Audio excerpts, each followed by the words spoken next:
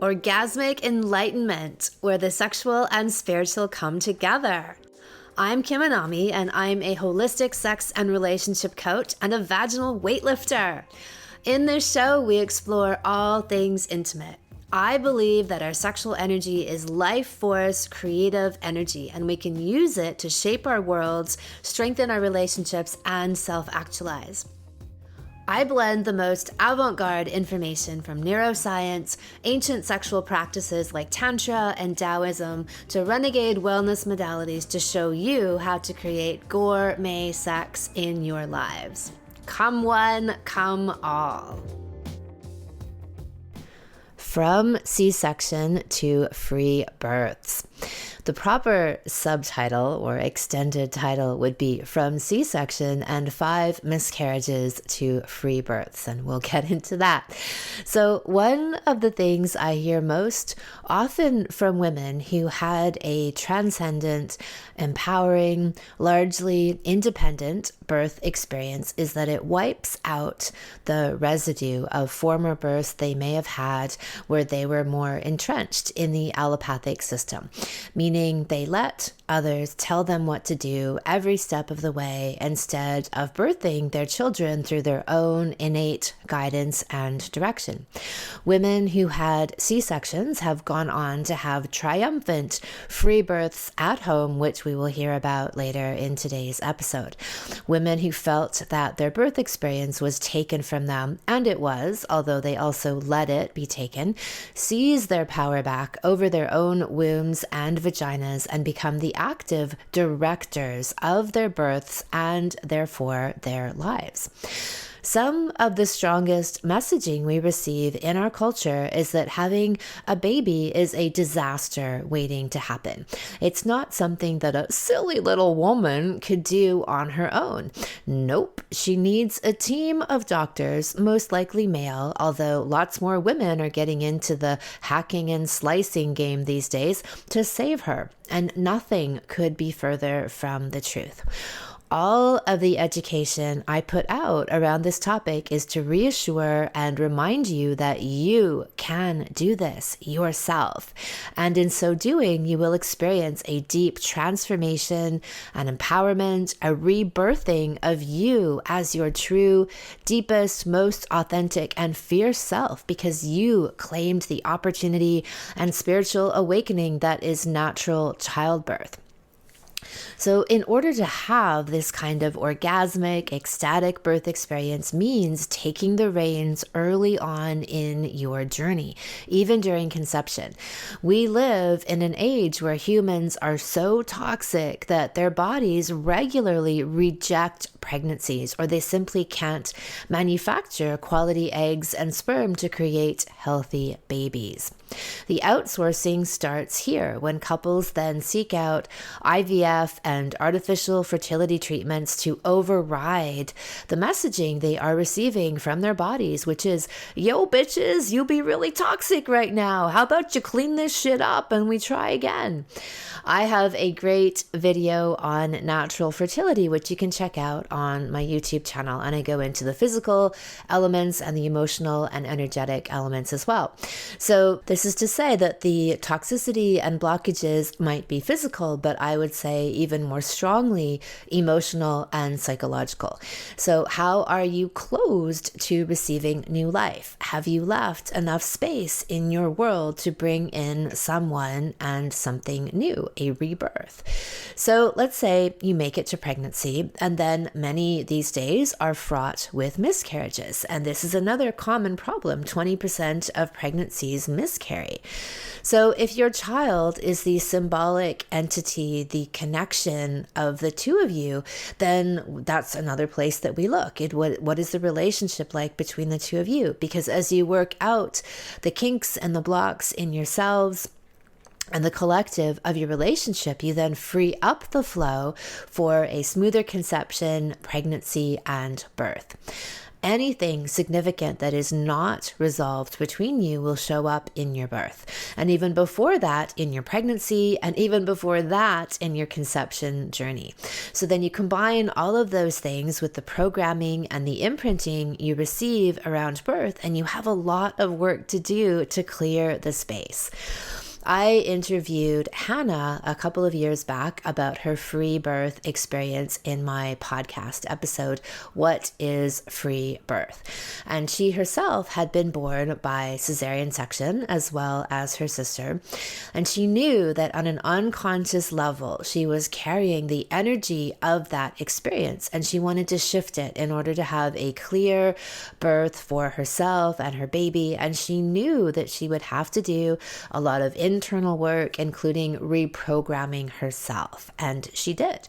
For her first child, she had a totally sovereign free birth. So no medical monitoring or intervention for her entire pregnancy or birth. She had her baby at home with her partner, their dog, and a trusted friend present. So what's important to know is that she knew that the experience of her birth was imprinted upon her, a neural pathway, whole network that would have been set up, and that she was carrying the pain of her lineage and what she experienced in her own birth. And she chose to consciously get in there and rewire. So when I was pregnant, a practitioner I was seeing at the time said to me, think of your birth like a marathon. You have 9 months to prepare in every possible way, physically, emotionally, mentally, and spiritually. Most people focus on their physical preparation. Maybe they look at their diet and their lifestyle and some supplements. And I've seen most people really just picking out their furniture and paint colors for their baby's nursery and the rocking chair that they're going to have and the crib that they want to have. To me, that stuff is irrelevant. I never did any of that.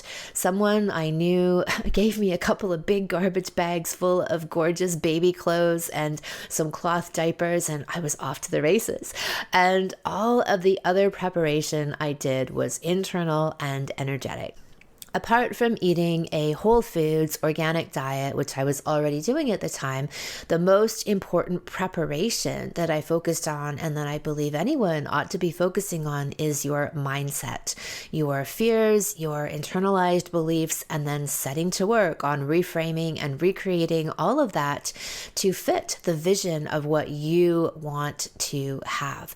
And so much of the work that I do is about showing people what's even possible to have. And that's why I bring in people and talk to them and have them share their stories as inspiration. So here's what's possible, because you don't know what you don't know. And if all you know is what you've seen in mainstream media programming, they call it programming for a reason, is pain and suffering and intervention and giving away of your power, that's what you think birth is, until someone comes along or some people come along and you get these nudges and messages to say, no, this is completely wrong. And this is actually the way. And to me, the way and the truth is always the answer, the pathway that gives you the most power, that gives you your power back. That is always the true answer. And so that's why, to me, the idea of free and sovereign birth is so strongly resonant, and was from the start of my own pregnancy intuitively. Like, I know this, my body knows this, I know how to do this. But this programming runs deeper than you think, because every single image or montage you've ever seen of birth in popular media is of a woman screaming in pain, being wheeled into a room, strapped down into a bed, and then saved by the indoctrinator who clearly knows more than she does. So this is what we are all carrying. And then if you add that onto your own birth experience, which likely had some kind of intervention, whether it was the standard epidural given to your mother or a full-blown C-section, that experience has now been encoded into you. But you can change that. If you don't consciously work on it, though, then you will default to the unconscious map that's been made for you, ready-made by the culture at large and your own mother and her mother and her mothers before that. In today's video, we are talking with our well-fucked all-star couple of the year, Mark and Amanda. Their story is amazing and it encapsulates all of the concepts I have just described. They each had 2 children before meeting each other, born into the allopathic system, i.e. in hospitals. Amanda's first child was breech and she was told that she needed to have a C-section. And at that stage of her life, she was immersed in the allopathic mindset, and even though she was devastated, she complied. Her 4th child was born at home in her bed with just her husband present. This was an entirely free birth and no one attended her pregnancy either. And between all of this was 5 miscarriages that they experienced together. So their story is so incredible and very entertaining that I am going to let them tell it and how they evolved along the way.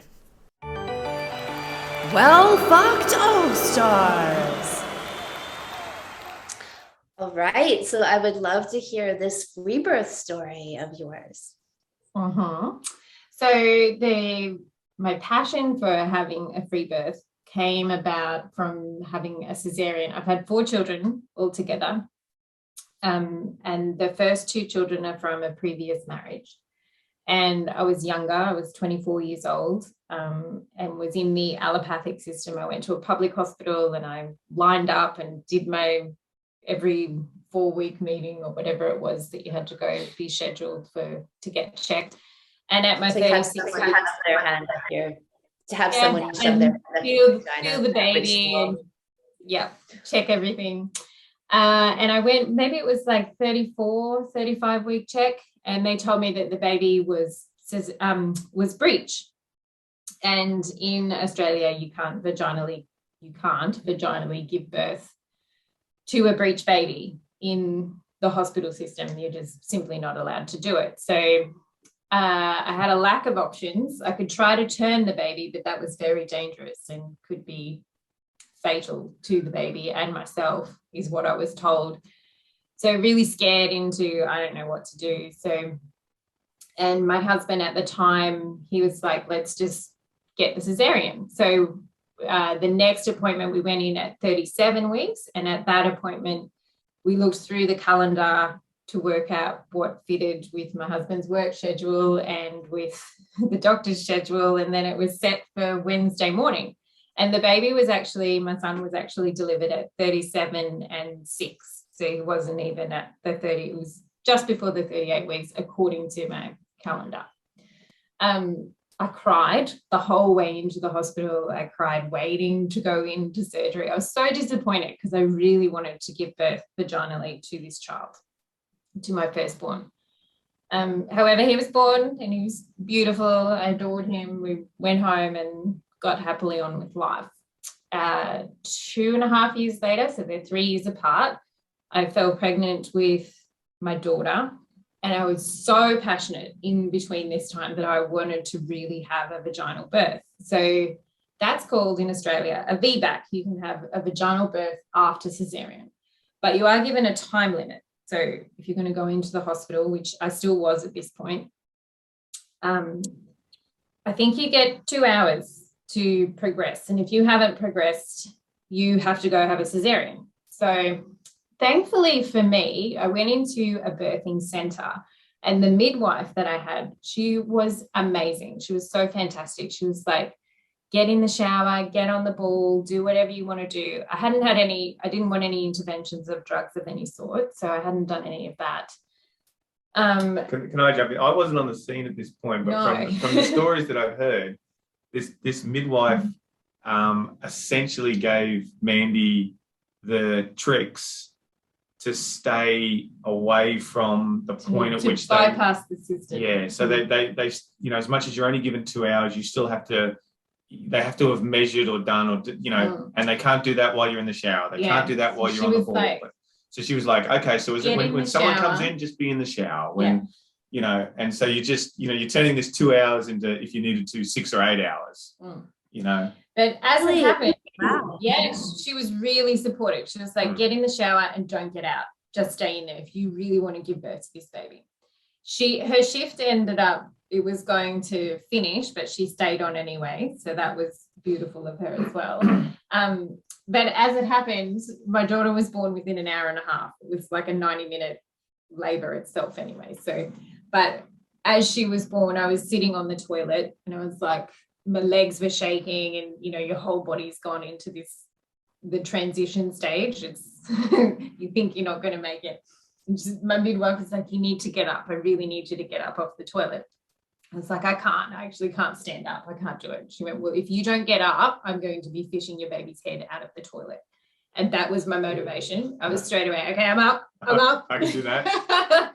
So I got up. I think I walked about 3 steps and I had my arms at that point around my husband's neck and the baby was delivered between my legs. And then she was passed up between my legs and we held her and she was born.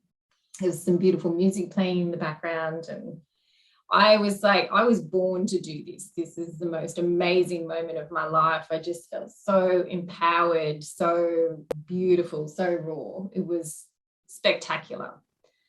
Yeah, and they were those 2 births. And then I separated from that man and met Mark along the way. And at first, we weren't going to have any more children. He had 2 children. I had 2 children. It seemed like a fairly happy scenario. Mix. Yep, and we had our hands full. They were all close in age. The 2, my eldest and his youngest, were 18 months apart. So it was all a nice little, it was a happy little family unit. And we went along for a couple of years and then I decided I would like to have another baby. My biological clock started screaming at me. And yeah, he agreed. So we tried to have more children. We ended up having, in between my daughter and our next child, we ended up having 5 miscarriages in there due to nothing medical that could be found. So we've done a lot of spiritual internal work on that and come up with our own, what we think was behind that. But then we did fall pregnant, and after we'd been told you won't have any more children, you've got so much scarring on your placenta, we've got tissue that's been torn away, it's just an unhealthy environment, it's never going to happen. So we were like, okay, great, we're going to just move on. Just to understand that though, I mean, in terms of fertility and ability to fall pregnant, I mean, it was 5 miscarriages in about 2 years. 2 years. So as much as we fell pregnant, really. Well, and as much as the doctor was kind of saying, you know, it's not going to happen, you know, we still felt pretty, well, we agreed we were done. So obviously the universe had kind of said, you know, maybe it's not, you know, you don't need to have more children. 5 miscarriages, we really felt like, okay, it's not meant to happen then. And we do have your 2 and we have my 2 and we've got our 4 and it's busy, let's move on. Yeah. So we kind of gave up we agreed, you know, and it was because 5 miscarriages is anyone out there who's had miscarriages, and I can't empathize from a woman's perspective, but I can empathize from a man's perspective that it's hard. It's so hard on the woman, so hard on the women, and, you know, hard on that relationship as well, because, you know, from a guy's perspective, you're seeing the trauma that your partner goes through having carried that child for a period of time and then losing it. There's no less loss, you know, for a 7 or a 9 week or an 11 week than you know, there is on a, you know. So doing that 5 times, it's hard. It was intense. So anyway, we lovingly agreed that would be it. And then, like you hear in so many stories, you know, having been told you can't fall, so all right, so everything great, we just get back to normal life. We fell again very quickly. Yeah, well, probably the energy started to flow differently between us, I would say. There was more relaxed energy, more loving energy towards creating something else and less focus on creating a child, just led to the flow of the universe, I guess. Yeah. So we fell pregnant, and it's that intuitive knowing. I just really felt like when that pink line came up and I tested positive, I was like, I just know that this baby is going to stay. sounds cliche, but I really felt like I just knew it. Well, she was right. So. Yeah, so we went through the journey of her pregnancy, which was beautiful. Yeah, we changed up a few things. I got rid of the obstetrician that I had been seeing, because when I went to get checked with him at 8 weeks, and actually it was the 9-week checkup and the baby was okay, I was telling Mark, I went to that appointment by myself and I came back from it and he said, it's so triggering. It's really hard to walk in there because every time I go in there, I'm reminded of getting an ultrasound and finding out there's no heartbeat, that the baby was not alive anymore. So I was like, I can't go there anymore. It's really uncomfortable. So we didn't go to that obstetrician anymore. We chose another healthcare provider who ended up being a really good friend in the end, and very supportive of what we wanted to do. He was he was an obstetrician, but he was so fantastic. He when we arrived at the hospital and I'd already had the baby, he was like, I knew you were going to do this. And they had supplied us with hospital sheets for the bedroom and things that we might need if I went into labor and it happened quickly, which it did. I felt my first contractions, which they were so intense, these contractions with my next child, our daughter, that I was in shock. I was like, I don't even know what's happening. I felt really uncomfortable and a bit sickly, like I needed to go to the bathroom. So I went upstairs, went to the bathroom, and it was like something I had never done before. I went to the bathroom and what came out of me was, oh my God, that was so intense. And then I got up off the toilet and was like, okay, I'm done. I'm going to go back to bed. And I took 2 steps to leave the bathroom and was like, no, I have to go again. Oh my God. So I sat back down and nothing happened. And I was like, nope, I'm okay. I'm okay again. Hopped up and walked like 5 steps down the hallway and grabbed the wall and was like, oh. And then I looked up and went, what is going on? And I went out into the kitchen and I was watching the microwave clock and rocking on the kitchen counter, like rocking back and forth, watching the clock.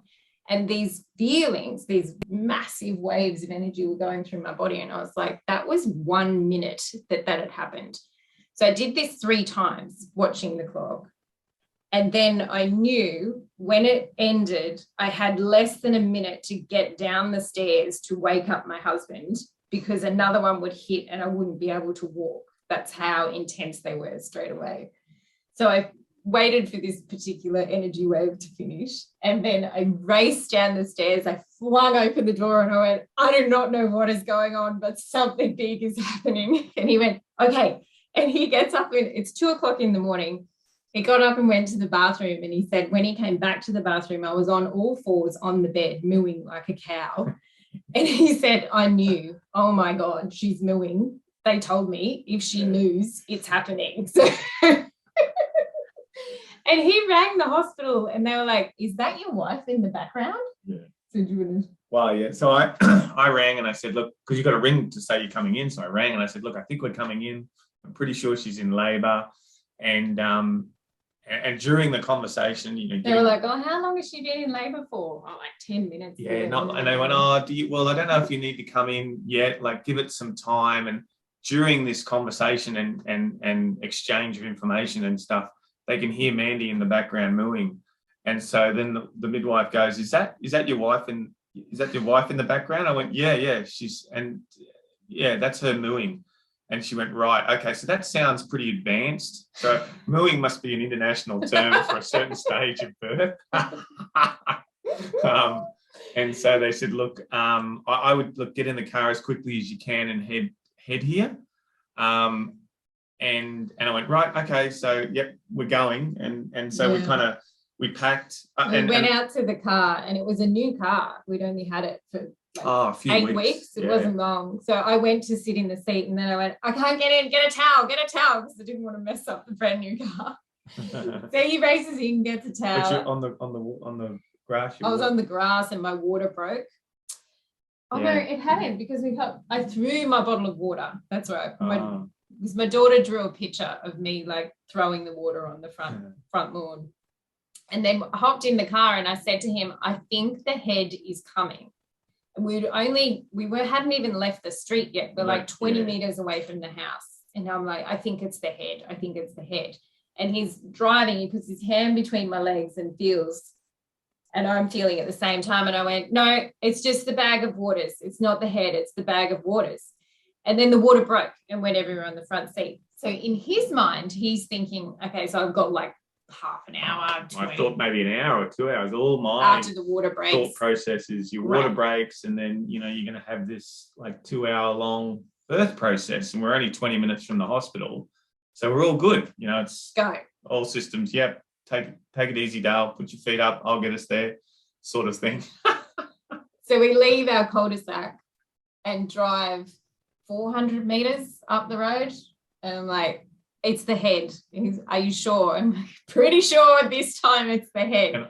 So again, he reaches over and feels between my legs while he's driving, and he's going, oh my God. Okay. So he pulls over the car. Well, I dial 000, so we can go through to so I can get some help, basically. Somebody come. He pulls over on the side of the car and said to me, are you right? Don't go anywhere. So and my one foot was up on the on the dash, and the other one's like spread out over the gearbox in the middle. Stay where you are. I'm coming around. So he runs around the back of the car, and he said when he came around, there's this head between my legs with little blinking eyes looking towards him, and it was the part of the labour where the head spins so the shoulders can come. She was doing that as he rounded around. Because I had the foresight to not put on any underwear. I wore a skirt and no underwear to get in the car. So he came around to that. Everything for me, my feet went up on the dash. I can remember that. There was a road working guy walked towards the car like, are you guys okay? That was funny because when we pulled up, it's the middle of the night effectively, and the 2:30 in the morning. Yeah, and there's roadworks being done on the freeway where we were traveling, and we weren't going to make it. We dialed 000, and the guy had said, the emergency response person had said, so, I want you to, again, put your hand down, tell me if you can feel the head. I said, I can feel the head. He said, okay, what I'd like you to do is just pull the car over. I went, right. And he goes, because you're gonna deliver this baby. You're gonna have this baby now. I went, oh, right. So then we've pulled over and so we're jumping back a little bit, but there's this workman up ahead. Worker. Like a soul sign. One guy. No, so not like a group of workmen, just one guy. And so I exactly as Mandy said, are you okay? You right. I open the door and I yell out to this guy. I say, my wife's, she's going to have a baby. Can you get us some help? And at that point, he's walking towards the car. I get, my wife's having a baby. Can you get us some help? He turns around and runs in the other direction. Like literally, I don't want to be anywhere near that. We never saw him again. So we literally had this moment completely to ourselves. So, and I don't know why, but intuitively, so I got out of the car, I ran around the back, and I don't know why, but I took my shirt off. Because all the things you see on movies is like, get me some fresh clean water, get me some towels, get me this, get me that. We had nothing. We had nothing. We're on the way to what was going to be the hospital doing all the work, and we're like, okay, so I've got a shirt, so I take that off. I get round there, and our beautiful daughter's head, exactly as Mandy said, had already crowned and come out, and then was starting to, and yeah. So and then I got to hold her head as she was spinning. And then she kind of, so everything for me personally then was like tunnel. Everything went really dark except for this piercing white light that was probably my third eye at that point. And she slid out during that moment of condensing. Everything just went down. He's looking down and the paramedics on the phone going, so is everything okay? Is the baby born? And Mark's like, no, there's still a bit of it in her. And I went, there is nothing in me. Pick the child up and put it on my chest. So he's like no, the feet are still there. The feet are still in there. No, I'm not pulling the feet out. It's like they want that. And she's like, no, it's out. It's out. Baby's out. It's out. So he picks her up and puts her on my chest. But at this point, I don't know it's a girl. We didn't find out what we didn't know for a little bit. So he puts his shirt over her and we're holding her, and she was really quiet and just blinky, and she didn't cry or anything, which for me was a bit, I was like, she's not crying. It's not crying. It's not doing anything. Like, and the paramedics going, well, is it okay? And I blew on her face to get that reflex reaction from her, and she was alert, and I was like, she seems okay, like, but there was meconium, and I knew that, so I was telling him there's meconium, you know, there is concern. Then he was the one that said, what did you have? Your baby was born at 2:31. What did you have? And I lift up her leg and go, oh, it's a boy, look at that, and then put it back down, and Mark goes, I think that's the umbilical cord. Why don't you take another look? So I lift it up, take another look. Oh my God, it's a girl. It's a girl. So yeah, that was And then so Mandy's we waited, the ambulance or paramedics came, you know, really like within 5 more minutes, I think, or 10 more. I think we had about 10 minutes to ourselves. Yeah. And which was just, it was beautiful. It was just absolutely beautiful, weirdly beautiful, sitting in the front seat of the car and just with the baby. Yeah, with this, you know, this beautiful newborn baby, and then umbilical cord attached and everything. We transferred Mandy and Bub to the ambulance, and then they got to the hospital. We still went to the hospital, and then I arrived, I followed, and then I cut the umbilical cord. You know, about an hour later. Yeah, they left us alone. Yeah, which is what you guys had done. So. Yeah, and we really wanted that, because we, you know, certainly Mandy had done all the reading on, you know, taking Bubby taking all of the nutrients from the umbilical cord, so not cutting it straight away and leaving it intact and doing all that sort of stuff. So by virtue of what the universe had provided, we got, you know, and we really wanted our obstetrician, who Mandy said was a friend, become a friend and a really good guy. He knew this is kind of what we wanted. In no way did we plan this. In no way did we kind of go. He knew we wanted to be left alone. And all through our obstetric care, they were saying, you'll have to be monitored. You just will. It's part of hospital policy. You will have to wear the monitors. And I was like, well, I'm not coming in until it's nearly done then. But as a result, my first waves of energy that I felt were at 2:01, and she was born at 2:31. So it was really quick. All of that happened in a very short window of time. So then we fell pregnant again, and I was more skeptical when we fell pregnant again after all the miscarriages, and then having had our daughter. I actually went back to being nervous and worried that we might lose this next baby. But my steady man stood by me and kept reinforcing his positive energy. And we got through those trying times. And again, our obstetrician. Same obstetrician. We were like, we're just going to have this baby. And he was like. He kind of told us. He said, you know, don't even. But he still wanted to help us with the care. He didn't want, he was like, really. Totally. I totally wanted, you know, totally was there for us through the whole 9 months in just a perfect, you know, it's like having an obstetrician as a friend, really, that just sort of understood. Yeah, we had his phone number. And so when we had our last baby, we'd been at basketball practice for the older kids in the afternoon, and we came home and I'd fed them dinner, and I was a week over. It was like 7 or 8 days over my expected due date. And it was, I was starting to get to that point in pregnancy. Actually, I was definitely at that point in pregnancy where I was like, I want it out now. Like, there's people that I knew. I had friends that were due after me and they'd already had their babies. So I was feeling pretty ripped off by this point. I was like, come on, I just want to have my baby. But we were not, but for our youngest, we were completely set up to not be going in. So we were set up to have the baby at home. We had it all, like, he knew what I want. I had a playlist ready to go. We knew we wanted candles. The playlist that I wanted was not what I wanted once I was actually feeling the feels. Maybe it pissed me off. That had to go. So that was a funny thing that happened.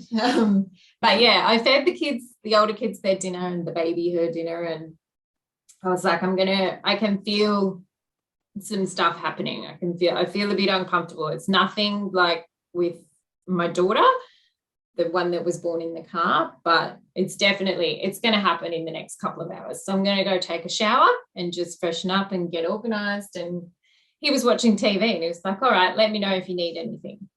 So I'm in the shower and I don't know what he could hear, but he came down and I was holding the rail of the shower head and I'm rocking back and forth, making these moaning sounds. And he was like, oh, shit. Here we go. Here we go again. So I'm lighting the candles. So now he's running and he was sweating because he's gone, oh my God, I have to get all the stuff. So he's getting the speaker and the playlist and the candles and setting up the bed with protective towels. Yeah, the hospital had given us they'd given me a ceremonial set of scrubs as well. So which I didn't put on, but they'd given us the stuff to lay on the bed, the absorption towels and all that sort of stuff. So I'm setting all of that up. I was still in the shower, and then he came to the shower and I was like, I need help to walk from here, like a 3-meter span. Yeah, it's probably 3 to 4 meters from the shower to the bed. So I hobble along so this particular labor went for 40 minutes. Was another really quick one. But yeah, he helps me. I was standing up on the wall, like holding the wall and rocking back and forth. And then I said I wanted to get on all fours. I really felt like I just wanted to be on all fours with my hips up in the air. And again, we didn't know what we were having. So he's actually, you can tell this part where my water's broke. Yeah, so I've sort of laid out the toweling on the bed, and we have a sort of backing to our bed, so Mandy was able to kind of grip onto the headboard, and then be on all fours. But I looked and I went, oh, my toweling's not in the right spot. It wasn't perfect, Kim. So I'm like, well, honey, can you just lift up your leg? I want to. Can you lift your leg? And I was like, This is why men don't have the babies. It's we can empathize a little bit. Because I'm a saint. So she goes. So she says, wait. Okay. And then okay now. And so I kind of try and shuffle another thing underneath, and just the pressure of her lifting her leg. I'm underneath, sort of right underneath her, doing the towel, and the water breaks straight on top of me. Like literally, I'm sort of like, are you okay? And it just hits me straight. So I've got all amniotic fluid and stuff all over my face, all over my mouth, and in my mouth. And it's just, again, it's obviously to a lot of people that'll sound not so nice, but it was just, the whole thing was just beautiful. Like it's just so natural and raw. And then it was our son. He started to crown, and feeling your own baby's head coming out of your vagina is the most humbling and raw experience. It was spectacular. So I'm feeling this wrinkly, scrunched up little head, and God bless him, so I'm trying to feel the head, and he's going, get your hands out of the way. Get out of the way. Let me do what I got to do. Freaking baby, I'll touch the baby if I want to. So we're like fighting over who's going to touch the baby first. And of course, Mandy gets to touch the baby first. But I got to feel the baby's head, and even he actually he held the head as it came out, and then as it turned, and that like the a lot of, and he was talking me through it, like the head's turning now, the head's turning, and I was like, yep, okay, just breathing through that, and then I was able to say to him, okay, I'm ready, like the shoulders are going to come, and he just slipped out, and Mark literally caught him. And passed him up between, because I'm on all fours, so he passes him up and I hold him in my chest. And we're both just in this other world. So he actually had the foresight to take photos too. Yeah, I don't even photos of that exact moment. I don't even know how I did that. And he was like, what did we have? And I could feel in my hands that it was a boy. I didn't even need to look. I could feel his testicles in my hand, and I looked and go, oh, we've had a boy. So it was just, it's still emotional to talk about it now. It was so beautiful. And the imprint, for me, the imprint of his head in my hand as he crowned and came out, that's a shape that, and a feeling, just, you know, you feel so much in your life in your hands, but that, I can feel it today. Like he's now 7. I can still feel it today retelling the story. Yeah. I can put my hand on his head now, which is much larger, you know, he's obviously growing up, but I can feel the same. That moment. And it was just beautiful, really just. But the work my wife did in that. Well, I was just going to say, as a woman, the cycle of having a cesarean told you have to do it with fear, to then giving birth Vbac in a hospital with a supportive midwife, to then going to a private hospital with an obstetrician and ended up giving birth in the car, to then choosing to have a home birth in your bedroom, was the cycle of those, for me to come full circle, is so healing. And so I actually still use it now in my life. I feel like with those experiences, there's nothing I cannot do. Like, things will pop up in my life and go, if I can give birth in 30 minutes on the front seat of a car, or if I can give birth after a cesarean and it took me 90 minutes, if I can, anything that I can do, even sometimes it'll be sprints on the treadmill and I can bring it back to, if I can do that, I can do this for 45 minutes. Like, this is nothing in comparison. So the body is an amazing, amazing vessel. And having Mark as my supportive network, the atmosphere that he helped to create, both in the car and in our bedroom, but also throughout the whole pregnancies, it allowed me to feel so safe and surrendered and open, that the length of the birth themselves speak volumes to how safe and held I felt in our relationship and with you. Thank you. But it's very much like a duck. So on the surface, you're kind of going, yeah, everything's okay, and underneath you're going, oh my god, like with the birthing our daughter. It speaks to your masculinity as well, that you can step up and jump into that role. But I see it as a gift. Like I mean, you know, not to differentiate yourself from other people, but I mean, hundreds of years ago, you know, women were giving birth to their own babies like all the time. It was done. It was the only thing that was done, you know. And you know, now, I mean, to look at all the ways where I'll say encouraged, and from the point of encouragement to then being forced to have babies in a timeline and in a space that's suitable to the allopathic networks. It's just, when you start to look at it, it's pretty, it's pretty awful. So I didn't necessarily feel all of that 10 years ago or 7 years ago, but in hindsight now, having birthed our daughter, you know, by accident in the front seat of the car, and then to have made all of those choices and have had the support of our obstetrician that's part of the allopathic system, but sort of goes, no, you're healthy, you're educated, you understand the risks, you also understand the risks of coming in, because, you know, certainly there's always talk about the risks of doing it on your own. You know, statistically speaking, you want to look at the risks of going into a hospital and having a birth. You know, you'd be having more births at home, and I'm not here to lecture or do anything like that. I'm just about, once you have the information, once you understand, you know, and we did have all the information. So, you know, our obstetrician, who's part of that network, went, you know what, you guys will be fine.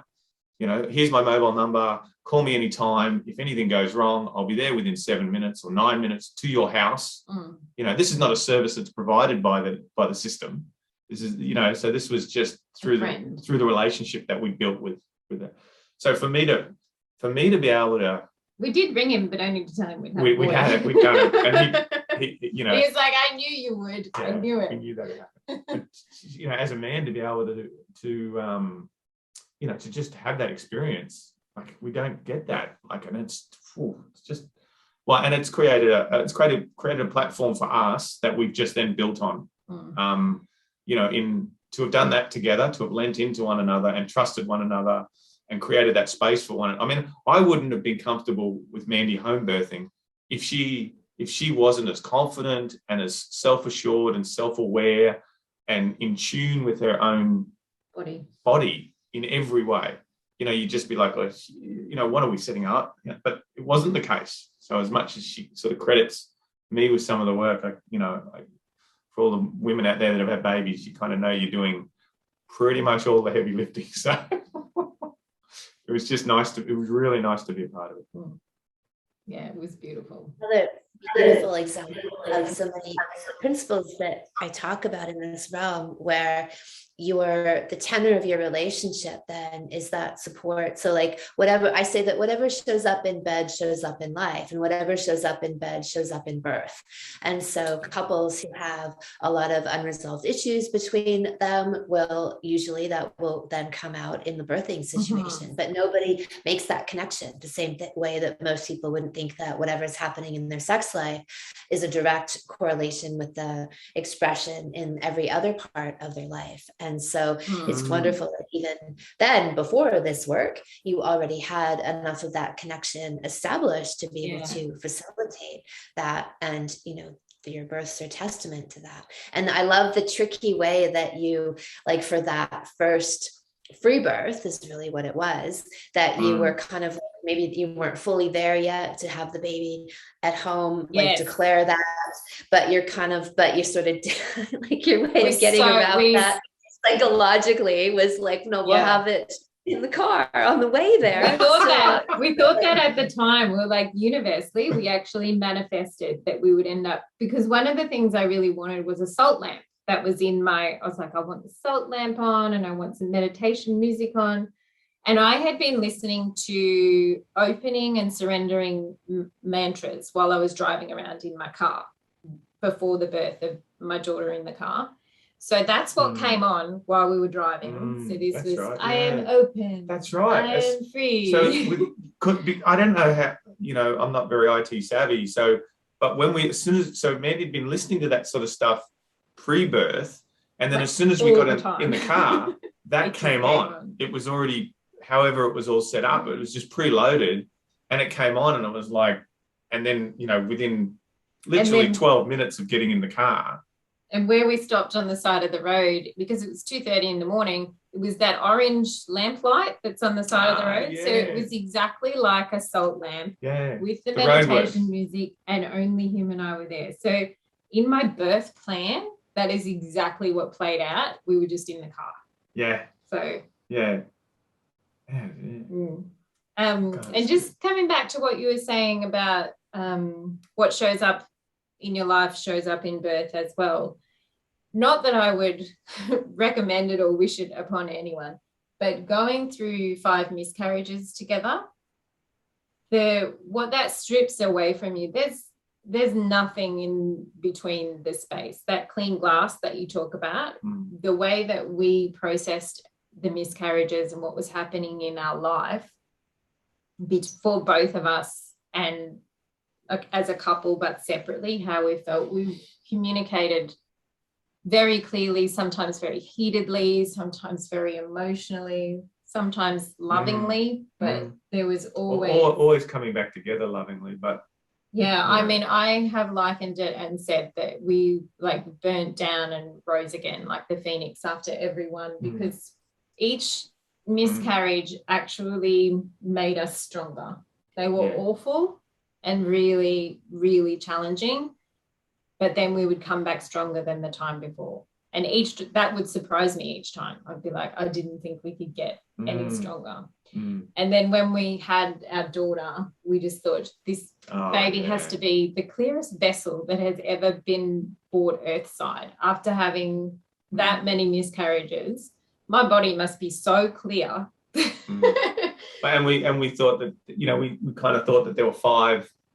She was the product of five spirits. If you're into numerology, she is a 6. And and her numbers add up to a 6. So and they're also that forwards and backwards thing? Yeah, you can reverse her birthday. She was born the 21st of the 3rd, 2012. So her birth is 21312. So she was pretty, and she was born at 2:31. So she's a real, yeah. We definitely felt like she was angel sent. Yeah, definitely. Yeah. I love that about the miscarriages, because, you know, for many people, I think, you know, the average person wouldn't be looking at miscarriages as an opportunity to clear space and to process stuff between you, like this analogy of what you have in bed. If you use it that way, because I think a lot of people might feel victimized from it, they might feel that they are effect versus cause, and you may well have had those feelings throughout, but to look at this though as like opportunities. Well, what do we need to clear space with? Because obviously you cleared so much space that baby came busting out in 30 minutes, right? And so you know, that's like a testament to having done that space clearing, but to use those opportunities. And I just love what you said, because I'm sure many people will resonate with those feelings, but that you've used those moments as phoenix rising opportunities to rebirth yourselves and rebirth your relationship and to do even more work, right? And then at the time when you really let go and we're like, all right, then we'll just let go of this now and surrender this and stop trying to have another baby, then you do have a child and they come flying. Trusting, I guess, trusting each other, trusting what you've done. And seeing that it was like questioning, it's happening for you. It's not happening to me. It was like, what can we learn from this? Why is this happening? It was miscarriages, like, and I'm giving it to you from a man's perspective, which is just, I hate doing that because it's like trying to talk about a birth. I can't, but it's horrendous, you know, like, I mean, for me, seeing my wife miscarry and then and truly going, you know, leaning in and going on that journey with her. And then, you know, we had 5, and then fronting up to do it, you know, fronting up to try again. So each time, you know, I'm going, oh my God, you know, I don't want to see my wife go through this again. I don't want, you know, so it's, you know, you have to stay, you know, and then I'm questioning my masculinity. Like, I mean, so do I stop it? You know, at number 3, do I go, no more, no more, you know, but you can't. And then when, as you've said before in your work, when one person wants one, there's really not much you can do until they work through that. And I still really wanted to keep trying. So and you weren't opposed. You were it was absolutely not about not having a baby. It was like not experiencing that pain. It was just watching my wife, and I mean, I have pain attached to it as well, you know, but not the same as obviously a woman carrying a child for a period of time and then losing it. So, you know, to watch that trauma, that real, but then work together and as Mandy said, kind of rise up slightly differently, you know, look and assess, you know, are we, like you said, are we doing it, like you said, is this happening to us or are we for us? And then, you know, having that evolve over that 18-month, 2-year period, and then reach a point like it wasn't beer and Skittles. It was like, okay, not meant to be. Okay, we'll get on with another chapter in our life. So and we did. We actually bought a business and started to move into that area. And you know, within 2 months buying the business, which Mandy was running, we went, oh, by the way, my boobs hurt. And I'm pregnant. That's how it came about. We're on the back of the bike, and every time you put the brakes on, I'd lean in and go, oh gosh, I'm uncomfortable. And then we were at a restaurant and I got served eggs for breakfast, and I took one look at them and went, oh my God, that's disgusting. And we looked at each other like, no, wait a second, what's going on? It's the telltale sign. No. And just, I know I shared about our daughter and her numbers and the birth of her. If you can take all the energy of those 5 miscarriages that we had and bottle it into one child, that's the last child that we had. He is the biggest bundle of energy, and he wasn't not planned, but he wasn't. Yeah. Like we wanted another one, but we weren't actually like fully there yet. No. But he came. He was like, I'm here and I'm here to stay. And I'm here. Putting my stamp down. And he is loud. He's delightful. Yeah, lots of love, lots of, all the right sort of energy, lots of love and lots of, he's the one that goes, my mum is so beautiful and we're so lucky, Dad, that mum does this and mum's amazing. But at the same time, I mean, he's the guy doing parkour down the street when we go for a walk, or, he's 24/7. Can we go to the skate park? Can we go to the beach? He's 5 babies in one. Oh yeah, he's a lot of energy. It's good. He keeps us both pretty much on our toes. So, but in reflecting on it, just the most beautiful journey. Those all of them culminated together, as I said. But it's your journey as well. But having cesareans, hospital births, car births, and home births, it's very special, pretty spectacular. You've got to be a pretty unique individual, which is my wife. But to have a cesarean and to be told just so categorically that you're not going to be able to deliver naturally in the system ever again. And I mean, as much as Mandy talks about the journey across the 4 children and ending up birthing our youngest at home, that was the journey without her knowing herself as well at 24. That was who she wanted to be at 24. She wanted to birth that baby. And if she'd had more information and more knowledge at the time, that would have been her wanting to birth that baby at home, naturally. And if I was pregnant now with a breech child, I wouldn't go to hospital. Yeah. But that's just us. That's where we are at on our journey. But. Yeah. But so she, so even to then have that happen and then go, you know what, I'm going to give it. I mean, the odds statistically, if you want to look it up, the number of women that give birth naturally after a C-section would be very low. Not because they can't, but because, again, you get your time the information is not. You're on the clock. You're literally, Even surprisingly,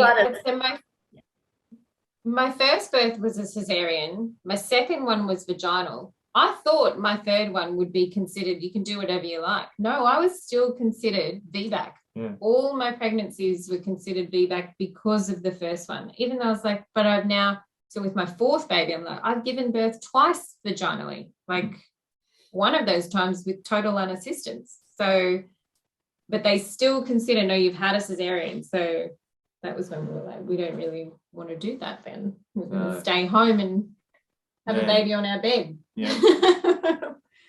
So, but as we said, that's our journey, and not everybody is the same. So, and there's no judgment. It's just that's our journey, and it's been beautiful. It's good to have that information though, because I mean, I my exposure has only come through the experiences that we've had, and I would have been my first 2 were born allopathically. Our oldest 2, which were mine to a previous, certainly born allopathically, and for me there was no other thinking. My new thinking came about by meeting, loving, and marrying Mandy, and then her wanting to give birth at home and just wanting to support. No, her wanting to give birth naturally and support that, which then evolved into, just due to the system, I want to give birth at home, and I'm like, well, yeah, let's do that, and then so the more information I was able to get, the more I was able to say, well, actually this is, this. Because you're just riddled with fear, and you're talking about your own child. So you're like, holy shit, I don't want to, I don't want to put this baby at risk, which is totally where we all come from as parents. So, but when you just get some genuinely transparent information about, and just do all the research, just find the right birthing support people, find the right, and just if you have a look. Take the journey, like your work. Make a start and have a look and see where it takes you. Well, it's so similar to the whole sexual process where there's so much misinformation layered over top of our own natural instincts, and birth is, as the culmination of the sexual act, is exactly the same. There's so much misinformation and fear layered over our natural instinct and ability. And so if you actually do the research, you'll find statistically it's safer giving birth at home than it is in a hospital, but we're just told the opposite, even though it's a blatant lie. It's not even true. but there's so much fear around it. And so those who truly do take it upon themselves to research and educate themselves and simply honor and trust their own bodies, honor and trust that within themselves, they have that power and wisdom. They just need to tune into it. And your process for getting there was, I would say, those 5 miscarriages and whatever else, to facilitate that deep introspection, to clear that space. And fully own that power. Yeah, I agree. And we certainly look at it the same way. Yeah, very lucky. Yeah. We are. It's lucky, but it's work. I mean, it's, I know you probably said that very casually, but I'll just acknowledge, I don't think it's luck. I think it's the product of a lot of deep inner work and introspection and seizing radical self-responsibility. Luck is very minimal. And luck in finding one another, I guess, or the universe providing us one another. I'd still say that's like the product of your good karma, and magnetizing like attracts like, right? So if you've done a certain amount of work, and that's true, then you're magnetizing each other at a high level. Yeah, thank you. Wonderful. Oh, thank you so much for sharing that. And I think that'll be wonderfully inspiring for people to hear, especially around miscarriages, that, that they can pull through that, and especially what you went through and where you came out the other side. It's a really beautiful, beautiful story. Yeah, thank you. And our hearts go out to all those people that unfortunately experience those sorts of pain. So having experienced it, it's certainly it's hard. But there is another side to it, so you do come out. Fantastic. Thank you. Thank you. Right, thanks, Kim. Great talking. I love this story for showing the evolution of a woman and a couple moving from the allopathic system and restoring their own power back into themselves.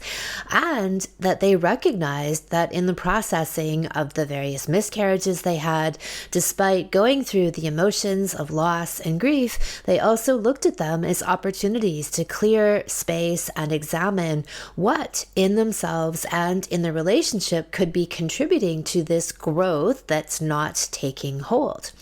That is the position of power, of taking control of your life and realizing that you are the creator of your reality.